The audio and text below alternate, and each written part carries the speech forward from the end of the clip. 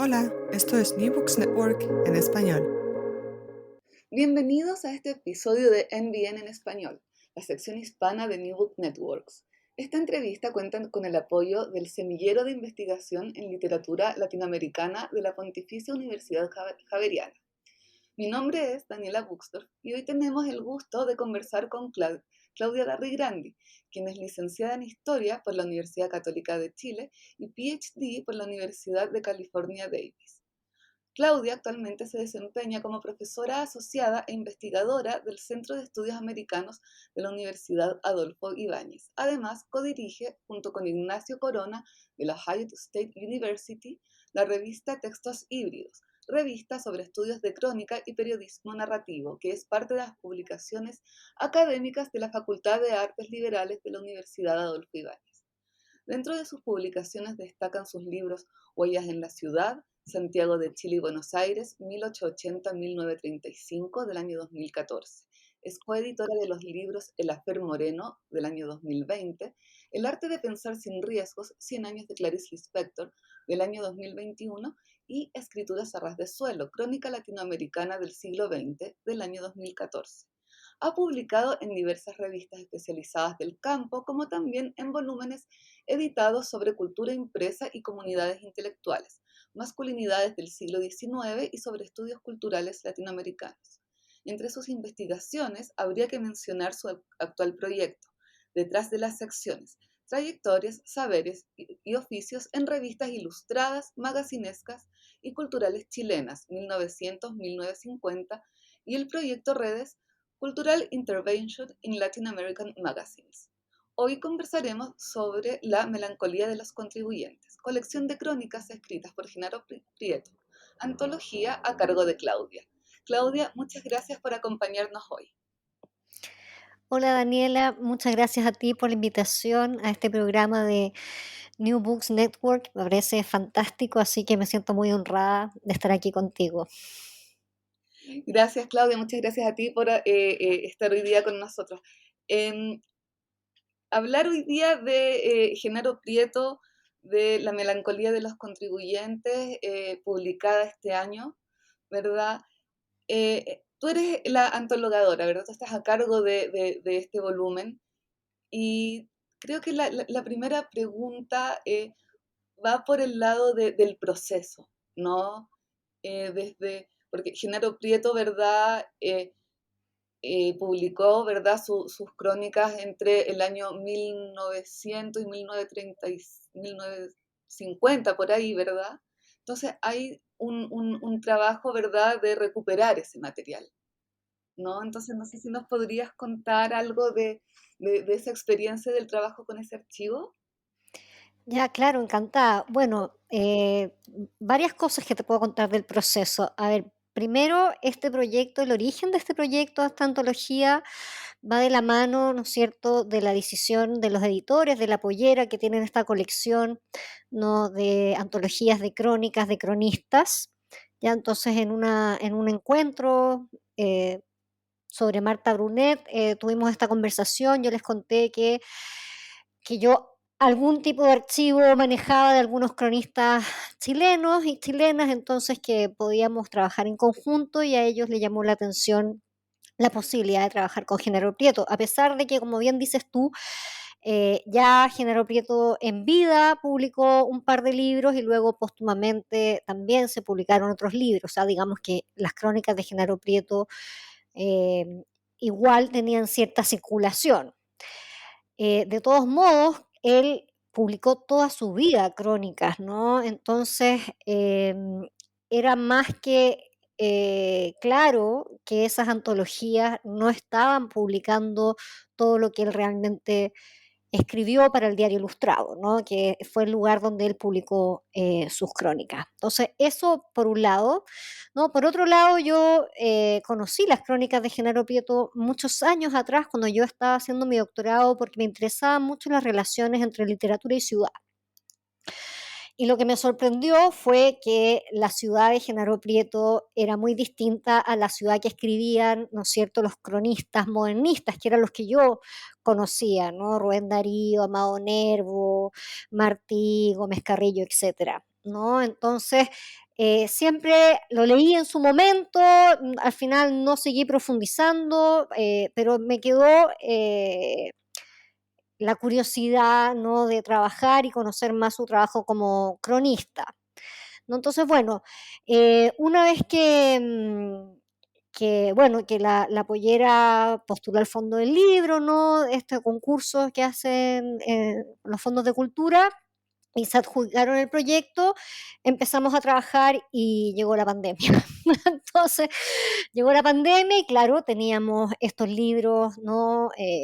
Pluma en Ristre, con sordina, que están colgados del sitio Memoria Chilena. También está una antología que hizo eh, Alejandra Costamaña, con Ediciones B, otra antología humorística del año 73. Entonces había material, pero sabíamos que había más que buscar. Bueno, finalmente la pandemia amainó un poquito y pudimos ir al archivo, a la Biblioteca Nacional, y en ese sentido no fue complejo porque sabíamos dónde, en qué medio había publicado. O sea, Genaro Prieto siempre publicó en el Diario Ilustrado, fue bastante fiel a ese medio. Y sabíamos también que publicaba con regularidad, entonces no era eso de achuntarle el año, por dónde, qué sé yo. Ahora bien, la verdad es que una de las cosas que no he resuelto es cuál fue la primera crónica, por ejemplo. Eso no lo tengo claro. ¿Cuál fue la primera crónica? Em, Hay, ¿no es cierto? Yo no he hecho, bueno, debo decir también que trabajé con William Herrera, me apoyó en el trabajo de archivo, ya eso también es otra cosa que mencionar. El trabajo de archivo, si uno lo hace solo, es muy lento, si es que no tiene dedicación exclusiva a eso, y tener un equipo es fundamental, ¿no? Entonces, bueno, hicimos una revisión, no desde el comienzo, porque siempre está el temor de que uno puede perder mucho tiempo tratando de encontrar esa primera crónica, ¿no? Es un trabajo lento, trabajamos con microfilms, no tenemos acceso al periódico impreso, sino digitalizado. Entonces, también había que ser estratégico en ese sentido. No teníamos todas las horas disponibles, con la pandemia había horarios acotados, qué sé yo. Entonces, bueno, me interrumpes, Daniela, lo que me quieras No, no, preguntar, porque yo te puedo hablar muchísimo de esto. mira, yo estoy fascinada escuchándote porque estoy imaginando ese trabajo de archivo, ya esto de este afán de querer encontrar esa primera crónica, aunque podemos saber que el resultado final no va a cambiar, sea la crónica A o la crónica B la que estuvo escrita primero, pero está como esa insistencia propia del investigador. Así que yo te estoy escuchando feliz. Bueno, entonces está esa inquietud. Además que Genaro Prieto también dibujaba, hacía ilustraciones. Entonces, cuando dicen que él empezó a colaborar con el Diario Ilustrado en 1913 o 1914, no sabemos si en verdad fue con una crónica, si fue con una ilustración o si fue con otro tipo de contenido, texto, ¿no? O material. Entonces, bueno, ahora, sí, otra cosa que es interesante señalar era que, bueno, también lo que facilitó el trabajo de archivo fue que generalmente él publicaba en la sección editorial. Entonces uno se va derecho ahí a la página editorial, y si no estaba ahí, era muy raro que su texto estuviera en otra página, ¿no? Entonces, eso también facilita, ¿no? Bueno, también te puede engañar, porque uno dice, no está en la página editorial, sigo de largo, y después resulta que me perdí otras cosas que estaban en otra parte, pero hay ciertas regularidades, ¿no?, que te ayudan a identificar su trabajo. em, y generalmente lo que destaca mucha gente que firmaba con la P, ¿no?, de Prieto. Ahora era una práctica común, ¿no? En la página editorial la mayoría firmaba con la inicial de su apellido, y muy raras veces él publicaba con su nombre completo, ¿no? Género Prieto. También queda siempre la duda, a veces hay unos textos por ahí que uno no puede ver bien la firma o no ve bien la letra, que es lo que pasa con el archivo, ¿no? Si el original no estaba bueno, la copia digital tampoco está muy buena, o a veces hay manchitas, cosas que por mucho que uno haga zoom en el microfilm, no puedes identificar la letra, ¿no?, de la firma, y uno a veces por el tono puede intuir de que en verdad sí era del autor, pero da miedo como asegurarlo, ¿no? Entonces, bueno, esas son cositas a veces que juegan un poquito en contra con la obsesión de la investigación, ¿no? Em, También muy interesante porque su trabajo está dialogando muy claramente con su contexto político, social, cultural, ¿no? Entonces, también uno puede ver en sus crónicas, si uno hace el seguimiento así número por número el Diario Ilustrado, aunque él no publicaba todos los días, pero va siguiendo, ¿no es cierto? Ve que hay ciertas continuidades, cómo sus comentarios van dialogando con lo que se publicó en otra editorial o en otro periódico o en otra sección, ¿no? Entonces, es una puerta de entrada a la al momento, ¿no?, que se está viviendo, pero también una puerta de entrada a la misma prensa, ¿no? ¿Qué más te puedo comentar del archivo? Yo diría que eso, la verdad es que no es un caso, digamos, difícil, ¿ya? Porque el material, el diario ilustrado está microfilmado casi completo, en general está en buen estado y él tenía esa regularidad y esa manera de firmar que era de fácil identificación. Claudia, hay algunos cronistas de ese tiempo, como no recuerdo en este momento si era Teófilo Cid o Joaquín Edwards Bello, que tenía días fijos en los que publicaba las crónicas. Ah, Joaquín Edwards Bello. Era Edwards Bello. Sí, Edwards Bello tenía, hubo un momento que tenía los lunes y creo que después en otro momento tenía los jueves. Pero no, ¿sabes qué? Prieto no era tan anunciado, no era tan, al menos de lo que yo he visto, ¿no? No tenía, no se le hacía, digamos, publicidad. Parece que no quiero decir que Joaquín Evans Bello haya necesitado la publicidad, distintas estrategias de los medios de prensa, ¿no? Pero sí yo tengo recuerdo de haber visto en La Nación en algún momento los lunes de Joaquín Evans Bello, como a veces anunciándose no en la misma página que publicaba, sino en otra, ¿no? Como guiando un poco a los lectores y a las lectoras. Em, pero era tan peleador, Prieto, peleaba tanto con todos, ¿no? Y con nombre y apellido, ¿no? Que creo que eso era su mejor publicidad, ¿no? Entonces, De hecho, de eso mismo te quería preguntar, porque en el prólogo que tú escribes, que es súper completo, aprendí muchísimo leyéndolo, ¿ya? Bueno, tú comentas que Prieto fue diputado antes de empezar en el tema de las crónicas, ¿no? o sea, fue diputado entre medio, porque él fue diputado por el Partido Conservador entre el año 32 y el 38. Y piensa que Genaro Prieto, lo que pasa es que Genaro Prieto, conservador, el Diario Ilustrado, en 1920 lo compra la Asociación de Periodistas que son, digamos, católicos, ¿no? Entonces, él, bueno, empieza a colaborar en 1913, 1914, no sabemos exactamente bien cómo, qué sé yo, pero estaba también un poco emparentado con algunos de los directores del Diario Ilustrado, ¿no? Entonces, bueno, él siempre estuvo colaborando, ¿no?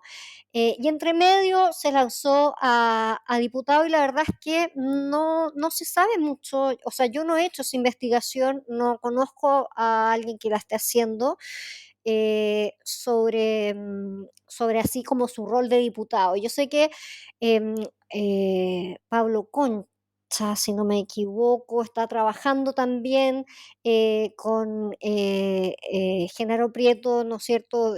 Sus vínculos también con intelectuales, digamos, desde el punto de vista más internacional, qué sé yo. Pero sí, pues él fue diputado, no tengo mucho que decir al respecto porque no lo he investigado, lo que sabemos es cómo él mismo se publicita, digamos, o él escribe en las crónicas un poco de esto de su campaña, hágame la cruz y llegaré al Congreso, ¿no? Pero ahí está, parece que no le fue muy bien, ¿no?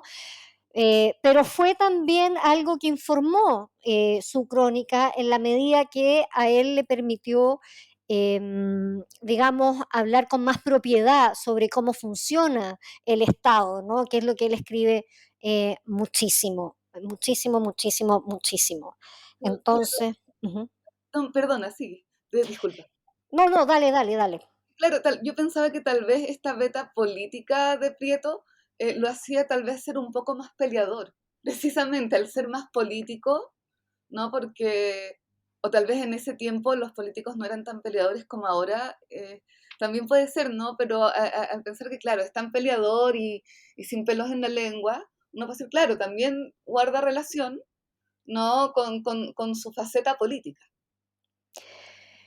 Sí, o sea, sin duda ahí tenemos, hay un perfil de cronistas, ¿no?, que están, imbuidos en la política y en el periodismo, pero también entender, a pesar de que el Diario Ilustrado es un diario comercial, no es como el diario de barricada del siglo XIX, ¿no? Es un diario que tiene una postura clara, ¿no? Entonces, eh, yo, o sea, no sé qué lo llevó, si este político dentro que él tenía lo llevó primero a expresarse en la prensa y luego explorar qué pasaba en un cargo así como formal, ¿no? O no sabía decir bien qué llevó primero una cosa o a la otra, pero sin duda que era un periodista, escritor, intelectual de convicciones, ¿no? Y en tanto, así tan convencido estaba, ¿no es cierto?, de, mm, de de ciertas cuestiones de cómo debía ser la política, cómo debía ser, ¿no es cierto?, el Estado, cómo se debía administrar el país, ¿no? En ese sentido quizás un poco soberbio también, ¿no?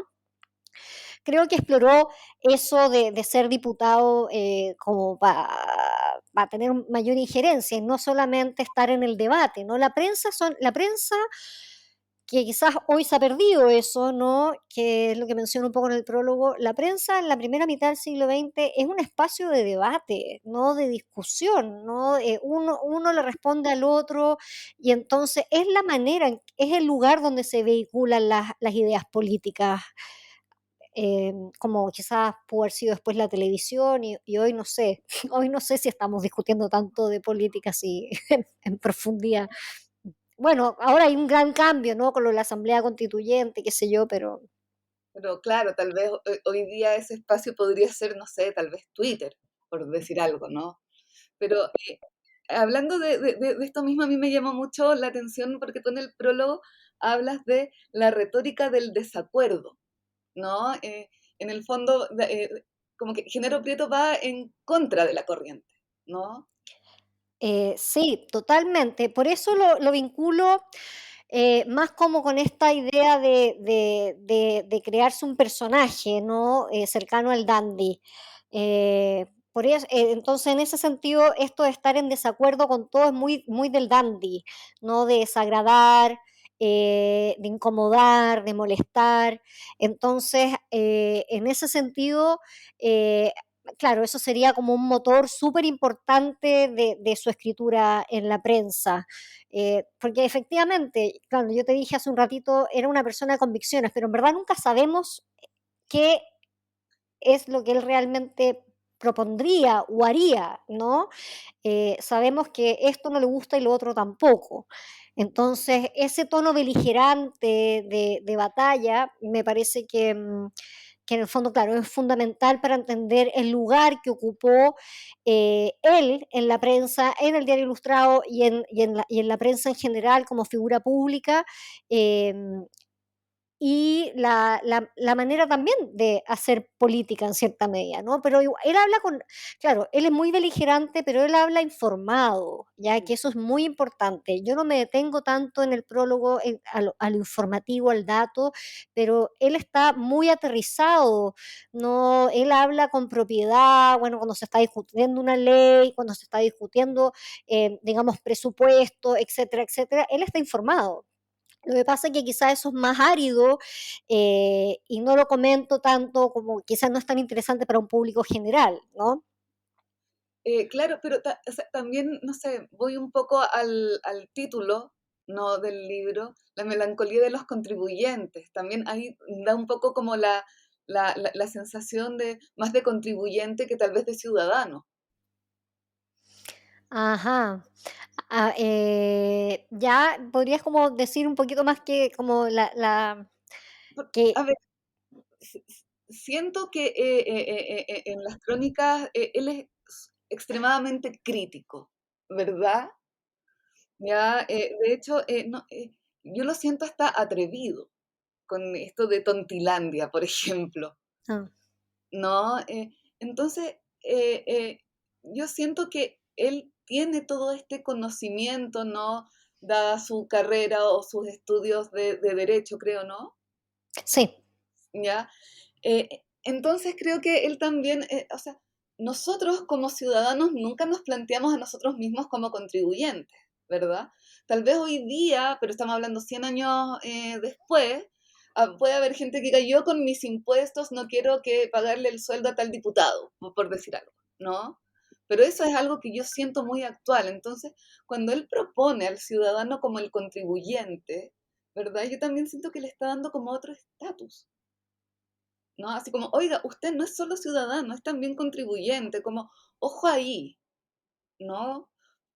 Y en el sentido como informativo de las crónicas con todo esto, que como dices tú, él habla con propiedad, ¿verdad?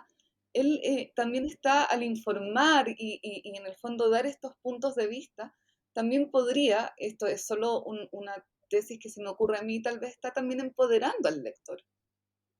ajá, sí, bien, muy interesante lo que estás planteando, Daniela. Sí, porque en el fondo, em, él está, digamos, es muy bueno en perfilar este cambio que hay, ¿no? En el sujeto urbano, que, como dices tú, la melancolía del contribuyente, el ciudadano, el contribuyente, o sea, cómo pasamos a ser parte del engranaje del Estado, ¿no?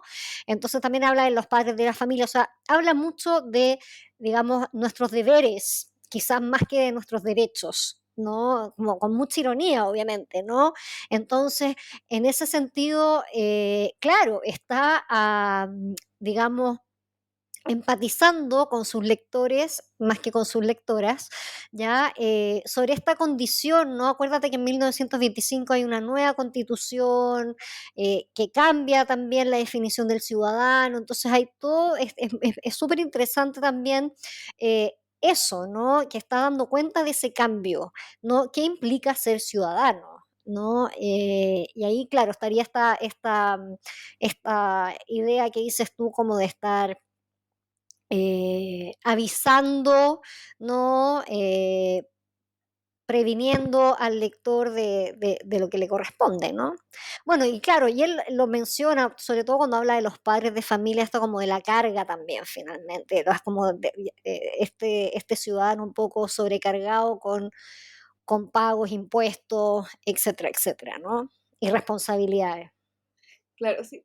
Bueno, tú comentabas lo de la ironía, ¿no? Que en el fondo es como el sello, ¿no? Podríamos pensar tal vez uno de los sellos característicos de Prieto. Pero tú también en el prólogo lo presentas como un cronista de amor y de odio. Así como que mucha gente le encanta, pero que pareciera que también le genera resistencia a ciertos lectores, ¿no? Sí, yo creo que eso también es como algo de la característica del dandy, ¿no? De ser amado y odiado, quizás hasta por las mismas personas, ¿no? Creo que por ahí Joaquín Edwards Bello comenta algo, ¿no? Eh, porque sí, porque era tan, digamos, era tan claro y explícito y frontal que obviamente que quienes estuvieran del otro bando político, por decirlo, porque eh, claro, en esta antología no incluimos muchas de las crónicas que él escribe contra Alessandri y otras figuras políticas, pero es brutal, ¿no? Es muy intenso, intenso, intenso. Son muchísimas crónicas en contra de Alessandri y el gobierno de Alessandri, ¿ya? Entonces, claro, obviamente que podría ser muy irritante y también podría ser irritante para el ciudadano común y corriente que también estén como ahí un poco achacando, podría ser irritante como también una forma de empatizar, dependiendo, ¿no? De que estén machacando esta nueva condición, ¿no? Del oficinista, ¿no? Del trabajo burocrático, qué sé yo, ¿no? Y bueno, y también muy irritante para las mujeres, ¿no? no está en este libro tan evidente, pero en otras antologías está presente, o sea, es también estuvo en contra del divorcio y sus crónicas en contra del divorcio son, y contra el feminismo son bastante, son complejas, ¿no? Hablando desde el hoy, no desde el siglo XXI. Claro, ahí sale la beta conservadora. Muy conservadora, claro, ¿no? Y claro, por eso el lado irritante, pero obviamente para quienes se sentían identificados con em, las ideas, digamos, del Partido Conservador, estaba perfecto, ¿no? Claro, Entonces, claro. Y respecto a eso mismo, como criterio de selección de las crónicas, porque tú ahora me dices, claro, que dejaron fuera varias crónicas, aparte que son muchos años de escritura, son muchas crónicas, ¿verdad? Eh, con tanto material, ¿verdad? Yo me imagino que no es fácil seleccionar. no, la verdad es que por un momento ahí nos pusimos de acuerdo con los editores de la pollera, porque, claro, son varios intereses los que uno tiene que calibrar, ¿no? Por un lado, claro, desde el punto de vista de la investigación y de la obsesión del archivo, uno dice: "Ya, publiquemos todo lo inédito", todo, o sea, inédito, digamos, del libro, porque que ya salió. Todo lo que apareció en la prensa y que no ha salido en otra antología. Ya, eso podría ser un criterio. Otro criterio, bueno, hagamos un índice temático, ¿no? De ciertos temas, ¿no es cierto? Cubrir temas muy representativos de él, otros que aparecen que son nuevos, qué sé yo.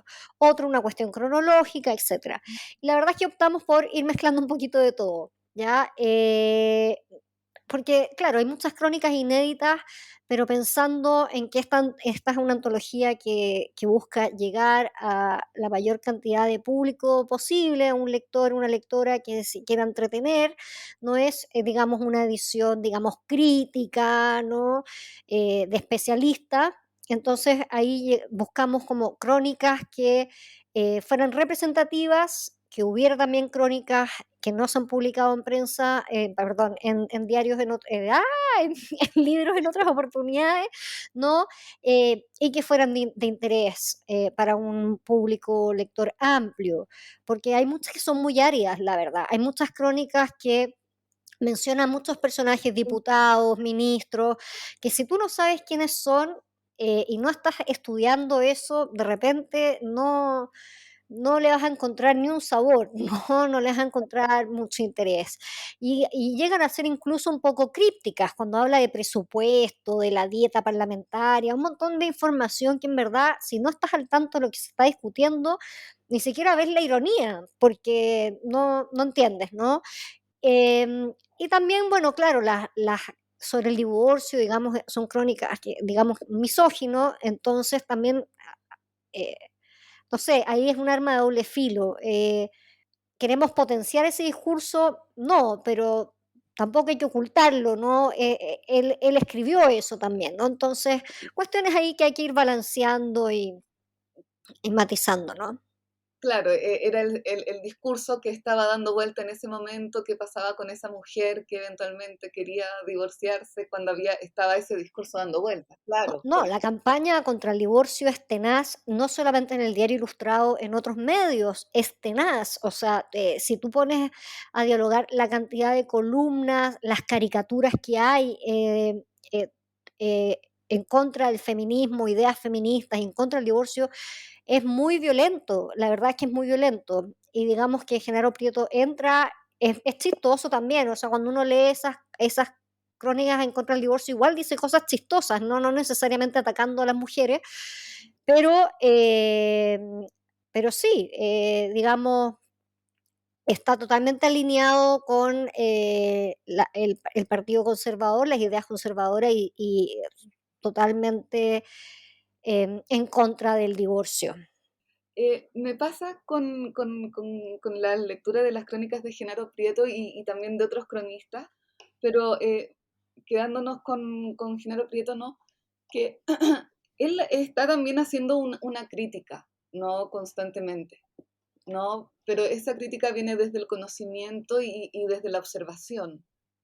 Entonces, tiendo a imaginar la figura del cronista tal vez como lo que podríamos conocer a finales del siglo pasado, como un crítico cultural. No sé, estoy pensando no solo en Prieto, también en él, ¿no? Pero la figura del cronista como un crítico cultural. No sé qué crees Sí, tú. sí, no, de todas maneras, digamos, si uno se remonta, digamos, al ensayismo y al diarismo del siglo XIX, los escritores y escritoras están cumpliendo esa función.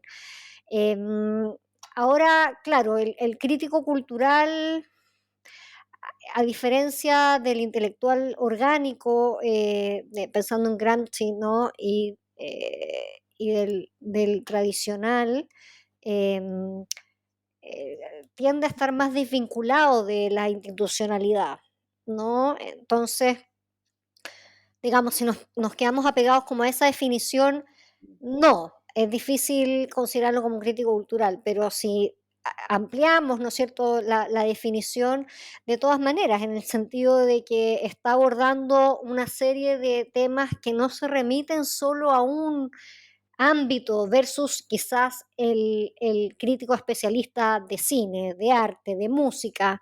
Acá está manejando, digamos, varios temas, si bien el político destaca, también escribe también bastante de literatura, totalmente en contra de las vanguardias, obviamente, ¿no?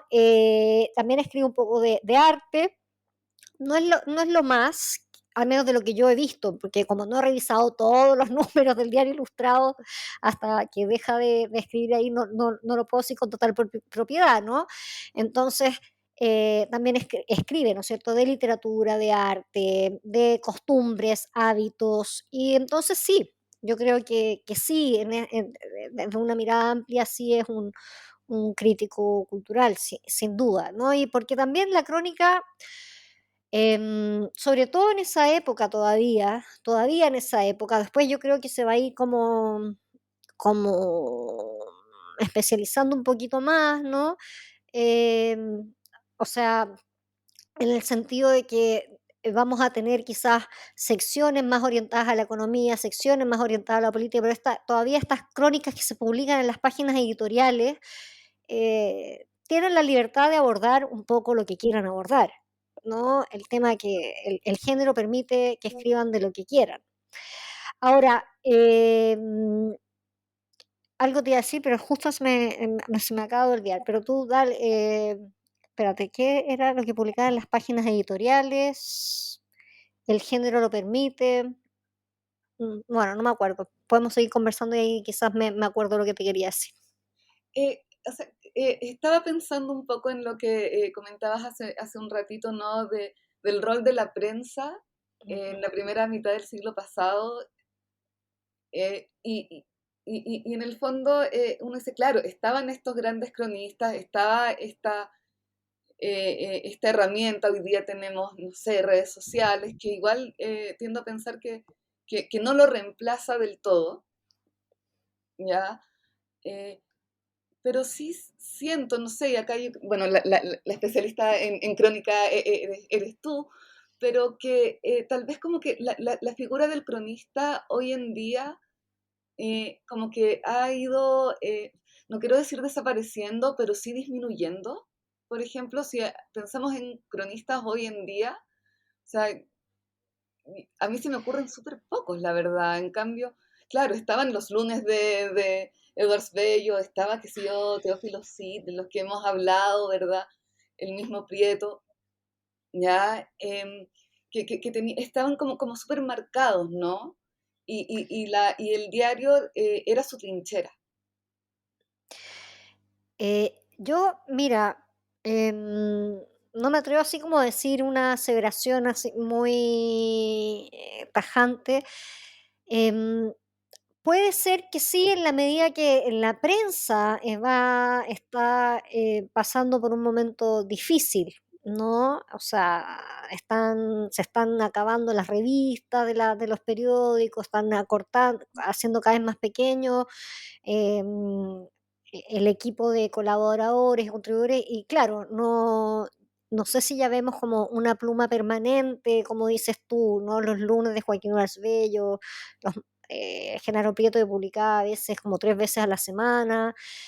No, ya claro, no vemos esos rostros como tan vinculados a un medio en particular, pero sí, por ejemplo, pero están las revistas Mm, especializadas como Anfibia, hay otra revista que publica la Universidad de los Andes, en Bogotá, Colombia, no es solo sobre crónica, pero sí tiene, ¿no es cierto?, periodismo de investigación, crónica, pensamos en las revistas Gato Pardo, Sojo, quedan, no sé si alguna ya ha desaparecido, supongo que no, espero que no. Entonces, creo que se fueron más a las revistas quizás, mm, ahora generalizando muy atrevidamente, ¿no? Y pensando más en el caso chileno, se fueron más a las revistas y hay revistas sobre eso y muchas digitales. Ya el papel también es un tema, digamos, pasa por un asunto de presupuesto. Ya, pero ya me acordé del otro que te quería comentar, no sé si lo puedo decir ahora. Lo que pasa es que que lo digo también en el prólogo, ¿no? El tema un poco de ser cronista que les permite escribir de todo en esa época.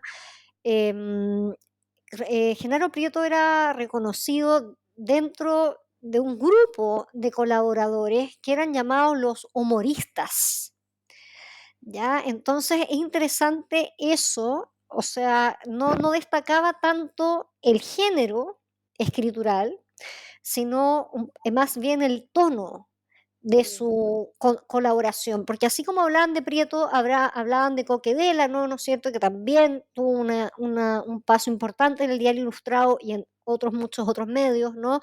Y entonces Genaro Prieto entra también con los caricaturistas, los que hacen ilustraciones, entonces hay como todo un equipo que le pone el sello humorístico al diario. Obviamente se van a reír de los rivales políticos, ¿no es cierto?